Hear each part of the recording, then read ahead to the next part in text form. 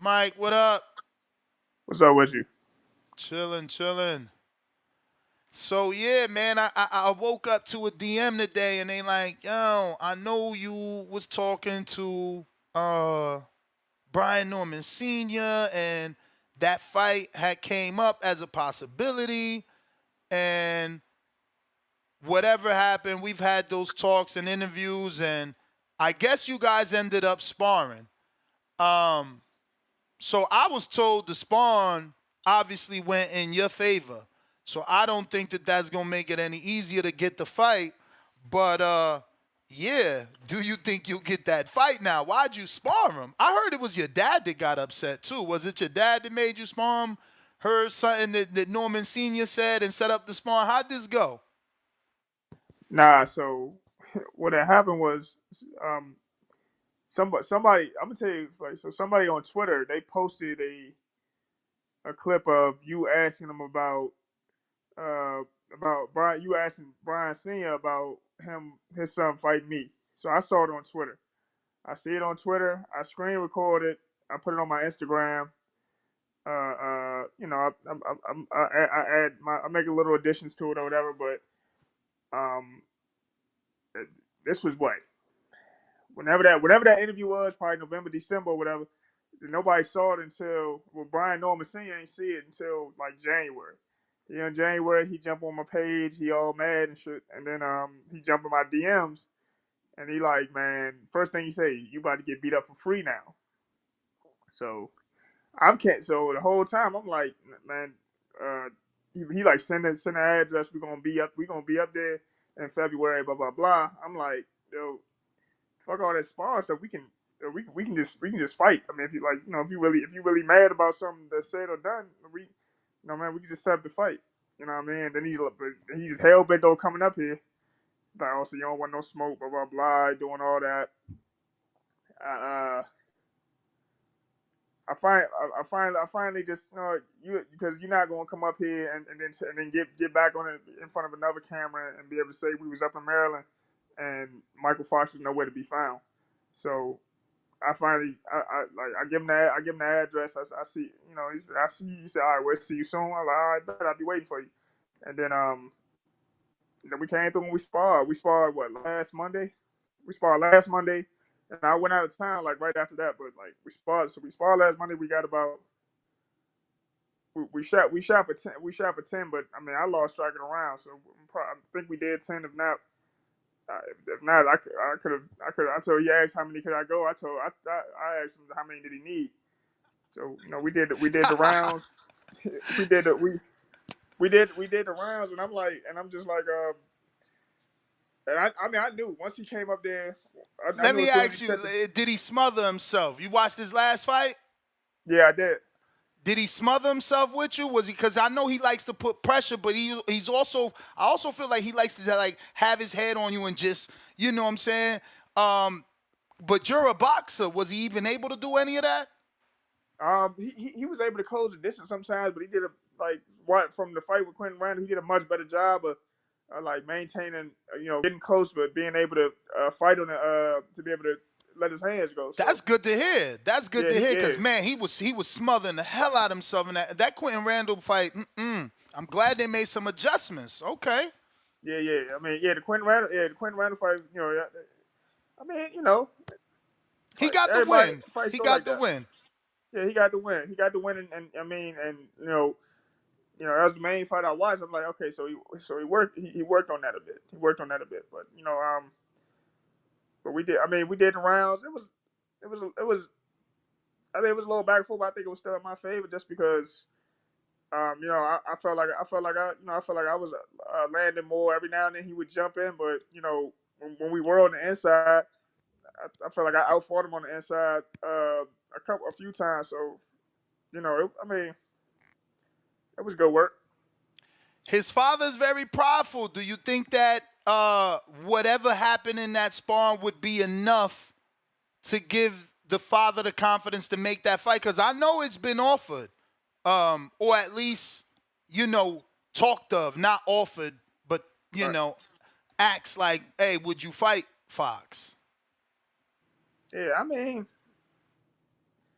he said I mean he in your interview he said what he wanted. He didn't want him fighting Southpaw, but I mean he wanted if he wants to if he like you said he want to fight against an Orthodox fighter that he get a chance for his son to really shine on. Like Orthodox or Southpaw, I'm not the fighter to. I'm never going to be the fighter you just shine on. You know what I'm saying? If you behind the curve, it's gonna show when we fight.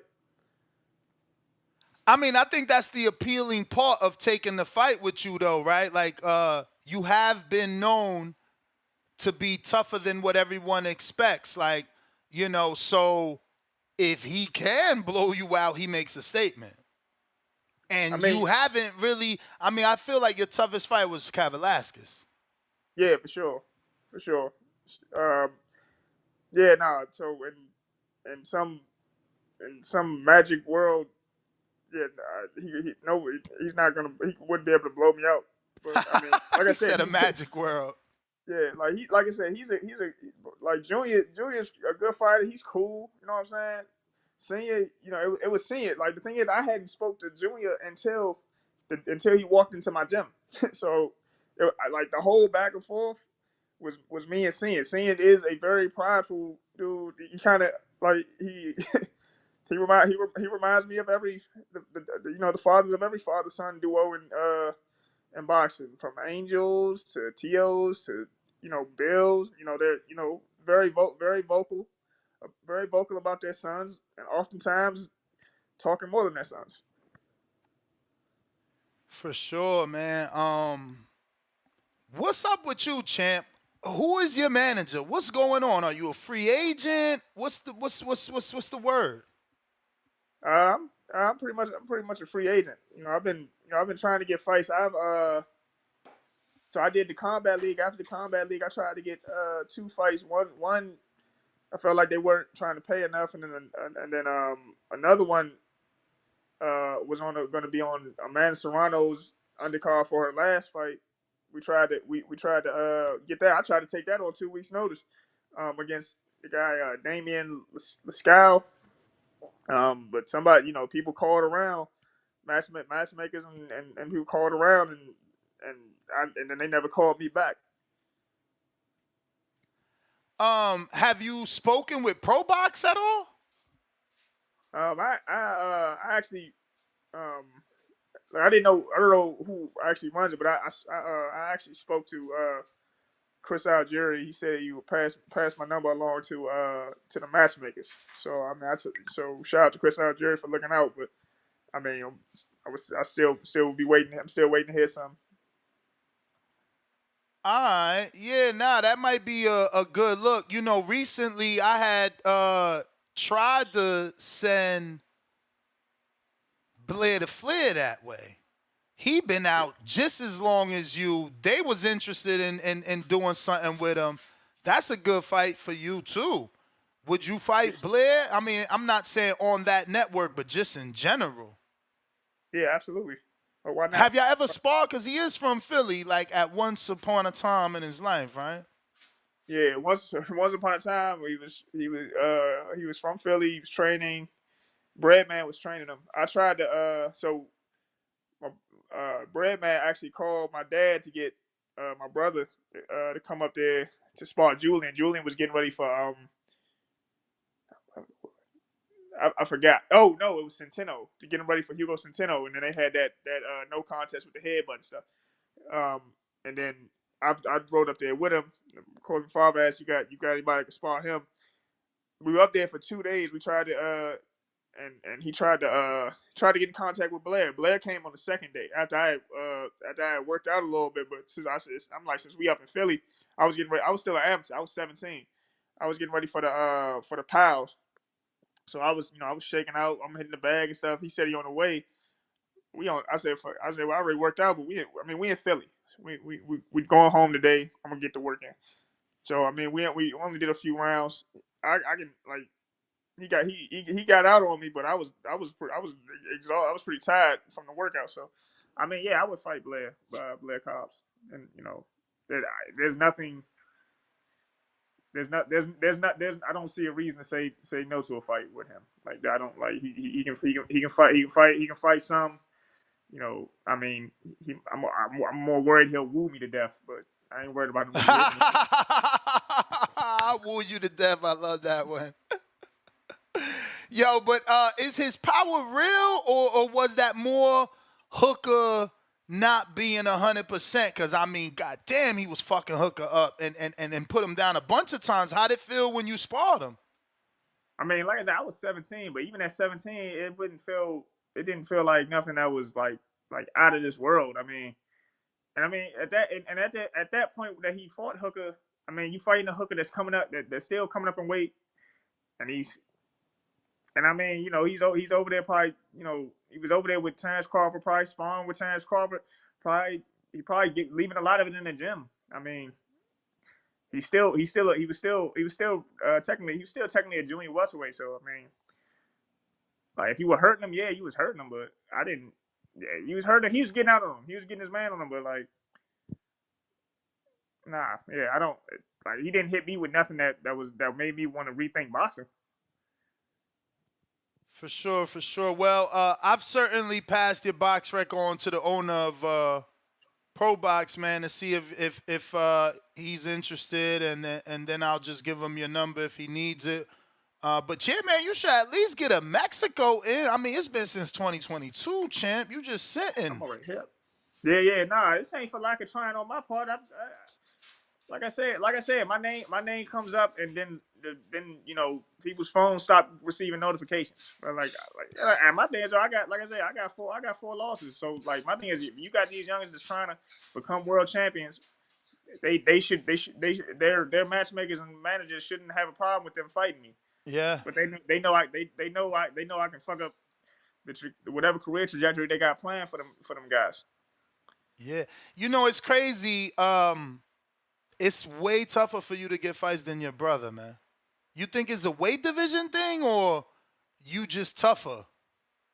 No Nah, I mean disrespect honestly, I to think it's Lantes, I'm just saying.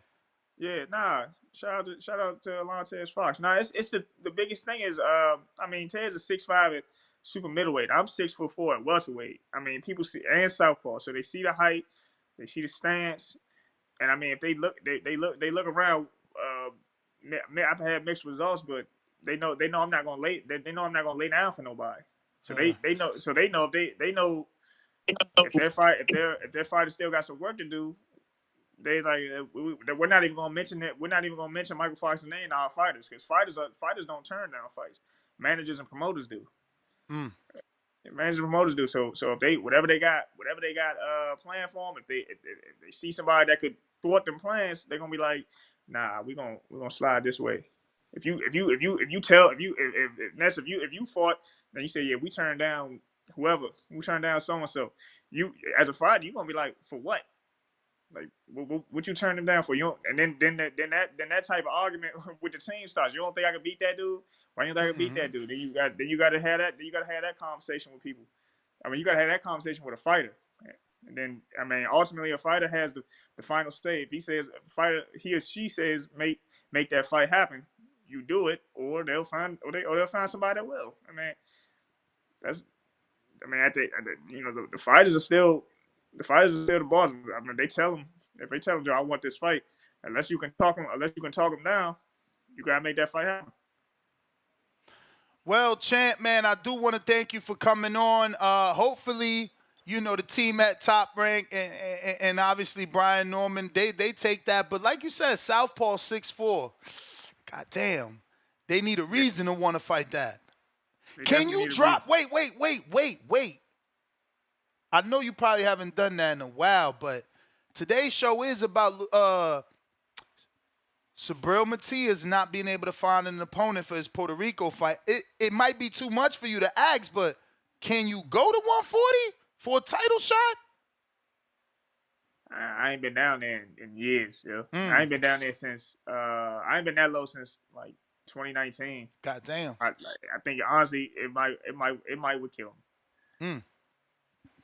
Hey, I had to ask, man. You never know who's listening. They in desperate need of an opponent for Matias at the moment. Um, But listen, Mike, give everybody your social media. Let them know. Those Kenichi Bears, shout out to them headphones. Shout out to them headphones. Yo, I trained the youngin that made these. I used to. I first started his boxing. Okay. Shout out to Carter and Chapman. Yeah, that's my guy, man. Shout out to you for rocking the Kenichi Bears. Let everybody know where they can find you, champ. Yeah, everybody, you can have me on Instagram or Twitter at Professor Mike. Mike with a Y, MYKE. So at Professor Mike on Twitter and Instagram. Appreciate you. All right, there you have it, ladies and gentlemen. Mykal Fox. YouTube family, don't forget to hit that like button. Subscribe to the YouTube channel. Help us get to that 1 million subscribers. We're on the road to 1 million. And obviously, we have other great content on our Patreon channel. So since this video is over, head on over to our Patreon and check out all the exclusive content or right here on our YouTube members.